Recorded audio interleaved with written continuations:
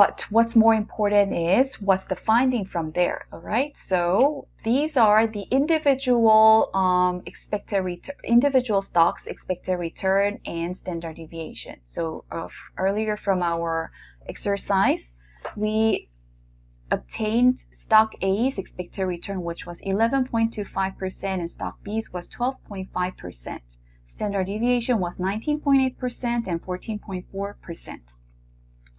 And after that, if we created a portfolio, then you would see here that portfolio's expected return was 11.88%. So if you just take a look at it, this is just between the two, meaning that this is the weighted average of stock A's return, stock A's expected return, and stock B's expected return, equal to the weighted average. However, what about the standard deviation? This is, just by looking at the number itself, you can see it's not even close to the weighted average. It's a lot smaller than both of the numbers, right? So the finding here is that if you created a portfolio with this combination, you were able to create a portfolio with a lot smaller standard deviation. So standard deviation of stock A, standard deviation of stock B, or risk of stock A, risk of stock B. If you just created the two, your portfolio's risk will be much smaller than both of them. Okay, so what happened here? Risk dropped. Risk was reduced. So in a more sophisticated term, this is called risk diversification. Risk has been reduced. And that will be the primary objective of creating a portfolio, to reduce or to diversify risks. So this diversification can substantially reduce the variability of returns or risk without reduction in expected return. So you're not losing anything, but just getting more benefits by reducing the risks. And what happens is, as you increase the number of stocks, you just had 2 stocks in your portfolio before, but generally, as you increase the number of stocks in your portfolio, greater risk diversification will be achieved. So the more the better, but is it always better to have like an infinite number of stocks then? And can you just achieve riskless portfolio? Not really. There will always be a minimum level of risk that you can diversify away. And that will be called the systematic portion of the risk. And the portion that you could actually diversify away or get rid of, that portion is called the unsystematic risk. So the total risk, which is the standard deviation, and it's usually just regarded as the standard deviation instead of variance because we want to match the unit. So the total risk here will be the sum of systematic portion and unsystematic portion. So just let's take a look at this graph. So y-axis just measures the risk or standard deviation, and x-axis is measuring the number of stocks. So as you can see, as you increase the number of stocks in your portfolio, then what happens is your total risk will go down, will drop. Okay, so it's measuring the portfolio risk, we're called total risk. But does it ever go near zero? No, there will be just like this minimum level. It's just the bottom line that it can hit, but it cannot go lower than that. So this portion that you can never ever diversify away, this is called this non-diversifiable risk. And the portion that you can do away with is called the diversifiable risk. So the diversifiable risk has many synonyms, and it's sometimes called unsystematic risk, or maybe firm-specific risk, unique risk. And the part that you can never do away, it's called undiversifiable risk, or maybe systematic risk or market risk. Okay, so you might as well remember its synonyms, okay? Undiversifiable risk goes along with systematic risk, whereas diversifiable risk goes along with unsystematic risk. So what are the systematic and unsystematic risks then? Okay, which part can you do away with and which part do you still have to keep? So systematic risk, which just stays no matter what, is the risk related to the systematic factor of the economy and the market, such as the risks related to general economic conditions like GNP, interest rates, inflation, or political situation, okay? The risk that is hitting every stock in the market as a whole, so that even if you were combining this stock with any other stock, this risk will still remain. That's called the systematic risk. Unsystematic risk, on the other hand, is related to the risk not related to such market, economic, political conditions. So these risks, which would affect a large number of assets, the amount, each to a greater or lesser degree. So the amount can be different across different stocks. However, the fact that this risk will hit all the stocks in the market, that fact doesn't change. So you will have to note that these systematic risk will be applied to all stocks in the market. However, unsystematic risk, if this risk hits, there are a certain group of stocks that will be severely hit by this risk. However, there are going to be certain group of stocks that have nothing to do with this risk. Any risk that specifically affects a single asset or small group of assets, then it's called the unsystematic risk. So this is the consequence. Systematic risk, you cannot diversify it away. However, for unsystematic risk, you can diversify away. And how do we do that? As we saw before, by creating a portfolio, by combining this stock with another stock. So if investors hold a diversified portfolio, so unsystematic risks are all just diversified away, then that portfolio will contain little or no unsystematic risk. As we saw before, it's hitting the minimum point, but it will still have a certain amount of systematic risk, okay? Only systematic risk will matter. So let's just do a very simple quiz. Is this just referring to the systematic risk or unsystematic risk? So the first question, short-term interest rates increase unexpectedly, okay? So interest rate change, it's hitting the market or the economy as a whole. So this will be an example of the systematic risk. A manufacturer loses a multi-million-dollar product liability suit. So lawsuit case, lawsuit risk. Then it will be just hitting that particular manufacturer. So this is an unsystematic risk. What about an unexpected result of the presidential election? This is a political risk, which is hitting the economy as a whole. So this will be an example of the systematic risk, if we could measure this. All right. So how do we measure the systematic risk then? Okay, so given that we have a new definition such as systematic and unsystematic risk, we would want to measure it. And we would need a new proxy. So how do we measure the systematic risk then? With what's called the beta. So this is the first time this new term is being introduced.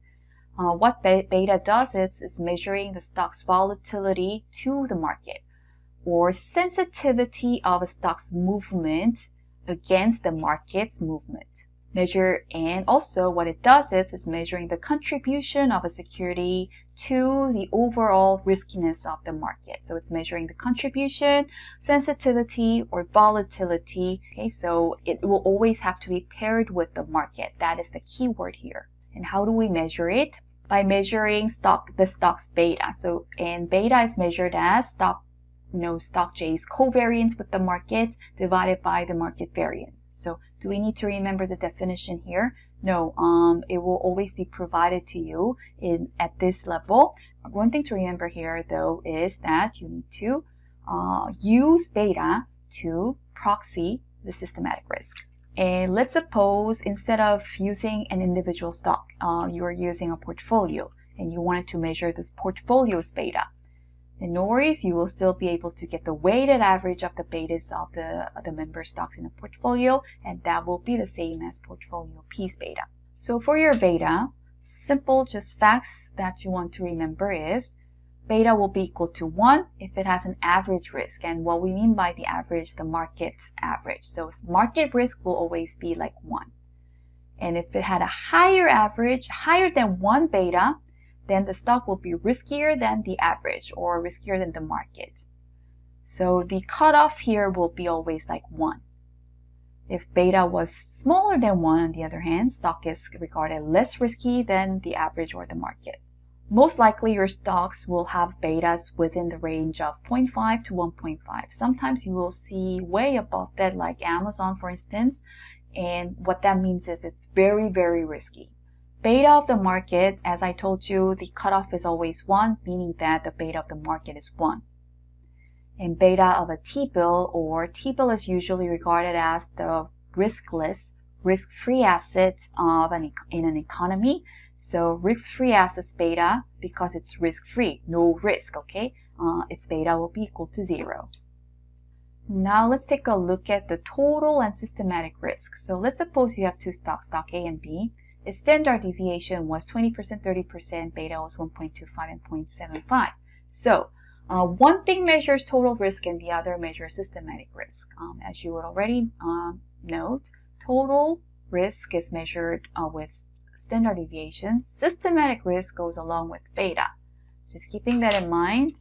Which security has more total risk? Of course, standard deviation is higher for stock B, so the answer is stock B. Which security has more systematic risk? So systematic risk is measured with beta, so stock A has more systematic risk. Are they supposed to be consistent? No, okay? It has nothing to do with consistency, okay? One stock can have higher total risk when the other one has higher systematic risk, so they are not supposed to be consistent. Which security should have a higher expected return? This is a more developed question. So what do you think? And this is the point that you will have to remember to take away from this chapter. It's likely that stock A will have a higher expected return. So note that we always wanted to connect return with risk. And when we were doing that, the risk that we were referring to was, and that is actually explained with a very popular model or the key point of this chapter, which is the capital asset pricing model. So the capital asset pricing model defines the relationship between the risk and the return. Okay, so let's suppose that all individual assets are held within a well-diversified portfolio, because this is the starting point of this model. Then the expected return of a certain stock can be calculated as below. So expected return on security, so this is the formula. Expected return on stock J is the sum of RF plus beta times expected return on the market, M stands for the market, minus risk-free. So to give you more details, so we're trying to get the expected return on a security. It's always composed of the risk-free component. The market will always give you some amount of return, even though you are not assuming any risk, okay? So that's like the base point.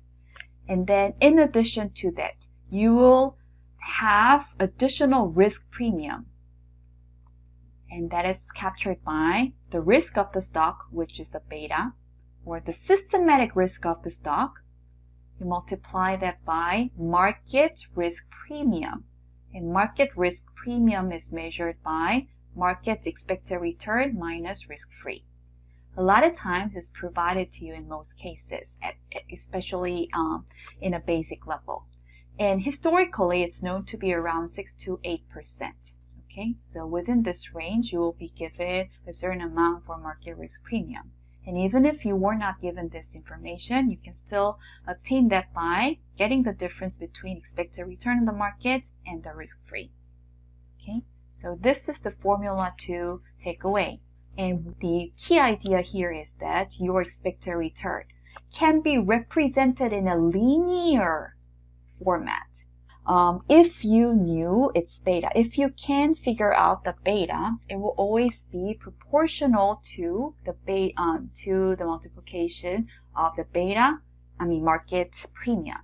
And given that market premium is just the same for all stocks in the market, the only characteristic that you have to know about that particular stock that you have in question would be beta. Once you know that, you multiply that by the same across all stocks in the market, which is the market premium and also the risk-free rate. Having that information, you will be able to compute the expected return for a certain stock. And that can be just presented in this linear model, right? So all stocks, for example, like Netflix with beta of 1.7 that you just saw, okay, will be just located here. And maybe Pfizer, which had close to 1 but smaller than 1 beta, and its expected return will be located here. So all the stocks in the market can be just found on this line. So this line is very special that you may want to remember its name, and it's called the security market line. So capital asset pricing model, or CAPM, can be interchangeably used with security market line. Security market line is like a graphical presentation of the CAPM. And what can you find here from the security market line? The higher the beta, the higher the expected return. So this is what in essence, what the higher the risk, higher expected return means. So what kind of like evolution did we see from chapter 10 to chapter 11? So chapter 10, we saw a general relation as I explained before, like this, okay? Generally, stocks will have a trend of higher standard deviation, higher expected return. So if you were trying to measure the risk with standard deviation, we just saw it was very scattered out, but we could still see some kind of trend, but it was not clear cut. But by just transitioning from total risk, which is standard deviation, to systematic risk, which is beta, still measuring expected return on your y-axis, we now see a linear format of relationship between the two variables here. So there's a more straightforward relation found between the risk and the return. Now let's just do a very simple example, and then this would be it for this lecture. So let's suppose you know stock A's beta, which is 1.5, and the market expected return is 10%, risk-free rate was 3%. Based on this information, you can also compute the expected return for stock A. Because stock A, so this is the CAPM equation, and you will only need to just plug in the given information. So risk-free was 3%, beta was 1.5, and now you can get the risk premium, market premium, by just plugging in the market expected return and the risk-free rate. So the difference between the two is the market premium, which now in this case was 7%. So if you just plug that in, you will get that expected return for stock A was 13.5%.